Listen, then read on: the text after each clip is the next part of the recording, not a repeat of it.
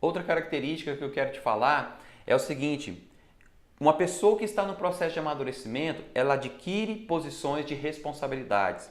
Vamos ler lá em Gênesis capítulo 39, versículo 4. Logrou José mercê perante ele, a quem servia, e ele o pôs por mordomo de sua casa, e lhe passou às mãos tudo o que tinha. Se você ler no capítulo 5, no versículo 5 e versículo 6, você vai falar que Deus abençoava Potifar por causa de José. Olha só, José era um escravo e agora ele se tornou um escravo mordomo.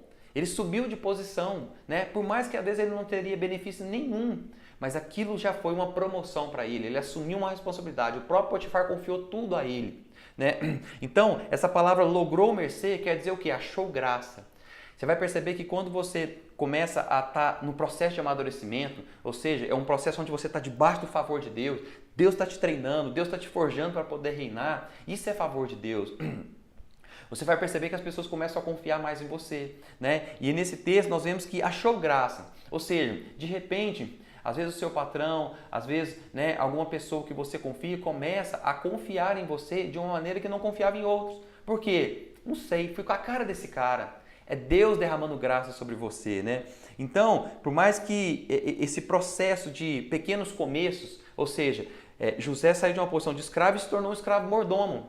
Às vezes ele não ganhava mais por isso, ele não tinha privilégios a mais por isso, mas nós precisamos valorizar esses pequenos começos. Nós precisamos valorizar isso porque isso é um treinamento de Deus para nós. Isso é algo que Deus estava preparando ele. Se esse José está sendo fiel no pouco de reinar, de governar sobre a casa de Potifar, lá na frente eu vou poder confiar nele muito, como diz a palavra lá em Lucas, né? Ou seja, Deus já estava forjando um treinamento. Não desvalorize o que você está passando hoje, porque isso pode ser um treinamento para o que você vai viver amanhã, né? Então, José foi fiel no pouco e ele entendeu que lá na frente Deus iria o colocar no muito. Outro aspecto que eu queria te falar, de uma característica de alguém que realmente está amadurecendo, está lá em Gênesis capítulo 39, versículo 7. Diz o seguinte: aconteceu depois dessas coisas que a mulher de seu senhor pôs os olhos em José e lhe disse: deita-te comigo. Se você ler os versículos seguintes, o 8 e o 9, José vai fazer um discurso maravilhoso, falando o seguinte: olha, o Senhor me confiou todas as coisas nessa casa, menos a senhora. E olha, você acha que eu vou pecar contra o meu Deus? Ou seja, ele está falando o seguinte: você acha que eu vou adulterar e cometer algo que meu Deus desagrada? E José fugiu, né? Fugiu. Mas imagina a cena agora comigo. Quando ele foi fugir, aquela mulher segurou a capa dele, né? E José praticamente saiu nu correndo. Então imagina, você está passando pela rua, você vê alguém saindo correndo nu e uma mulher lá dentro de casa gritando: pega o tarado, tentou me agredir, tentou me estuprar. Olha só. Se não foi um flagrante, né, que parecia tudo real, onde José foi injustiçado naquele momento. Mas ele aprendeu a vencer o pecado. Ou seja, aquele que está debaixo do favor de Deus, aquele que está no processo de amadurecimento, ele consegue vencer o pecado. Por quê? Porque ele tem mais temor a Deus, ele começou a ter mais entendimento que o pai dele está treinando ele para algo maior. Então aquele pecado pode atrapalhar esse processo, né? Então isso foi o que aconteceu, né? José teve forças para vencer porque estava debaixo desse treinamento, desse favor de Deus.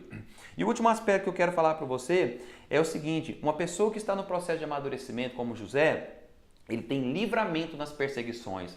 Olha só o que diz lá em Gênesis capítulo 39, versículo 20. E o Senhor de José o tomou e o lançou no cárcere, no lugar onde os presos do rei estavam encarcerados. Ali ficou ele na prisão. Você fala assim: peraí, livre de perseguição? José foi para a prisão, como é que ele foi livre de uma perseguição sendo que ele foi preso? Olha, deixa eu te falar uma coisa: escravo naquela época não tinha direito à prisão. Escravo que fazia coisa errada, e coisa errada de tal maneira como tentar abusar da esposa, do dono, ele não ia para a prisão, ele era morto. Ele era morto. Olha só o livramento do Senhor. Ou seja, ele foi para um lugar, irmãos, onde a Bíblia fala que ele foi para um cárcere, ou seja, uma prisão onde ficavam os presos do rei. É mais ou menos, né, de uma maneira bem alegórica, mas só para você entender. É onde o ex-presidente Lula está. É uma cadeia onde ali ele tem privilégios. Ele tem ali uma TV, ele tem um frigobar, ele tem várias coisas, ele tem vários privilégios. Ou seja, era para estar morto, mas Deus permitiu que ele foi para outro lugar bem melhor, porque ainda fazia parte do processo dele. E se você continuar lendo a história, você vai perceber que até o carcereiro confiou a José o quê? A chave daquela prisão. Onde você já viu isso, irmão? Se numa cadeia o carcereiro dá boa noite para todo mundo, vou para casa dormir, fulano, José, toma conta aí para mim. de tão confiança que eles tinham nele. Ou seja, ele era uma pessoa de tanta confiança que até o carcereiro confiava nele. Então isso é algo que Deus mostra para nós. Só que eu percebo o seguinte, que muitos não conseguem ver a Deus nas perseguições, né? Porque quando um mal passa por alguma luta, por exemplo, no trabalho ou em casa, ou na própria igreja, começa a tomar decisões precipitadas. Às vezes Deus está trazendo assim, um livramento para ele, né? Deus está trazendo livramento daquela... É uma perseguição, nós precisamos passar por perseguições para crescer. A perseguição não faz romper, mas...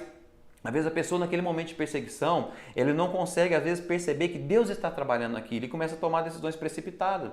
Como por exemplo, vou te falar uma decisão precipitada muito comum de acontecer, fechar a cara. Todo mundo percebe que fulano fechou a cara e está emburradinho. Ou seja, ao invés de entender e falar o seguinte, olha, eu quero aprender mais, me ensina.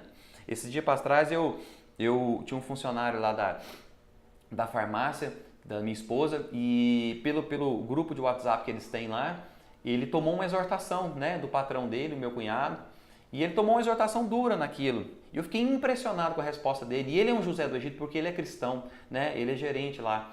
E ele falou o seguinte, olha, vocês me perdoem, mas isso não mais vai repetir. Eu quero aprender e vou continuar crescendo. Olha só, então você vê um cara que começou lá como um office boy e de repente ele pediu para se tornar um auxiliar na venda, para aprender a vender. Começou a se tornar vendedor e hoje é o gerente dos gerentes que cuida das lojas, ganhando um valor alto. Por quê? Porque tem um coração que aprende, entende que nas perseguições, naqueles momentos de luta, ele realmente entende o chamado de Deus na vida dele.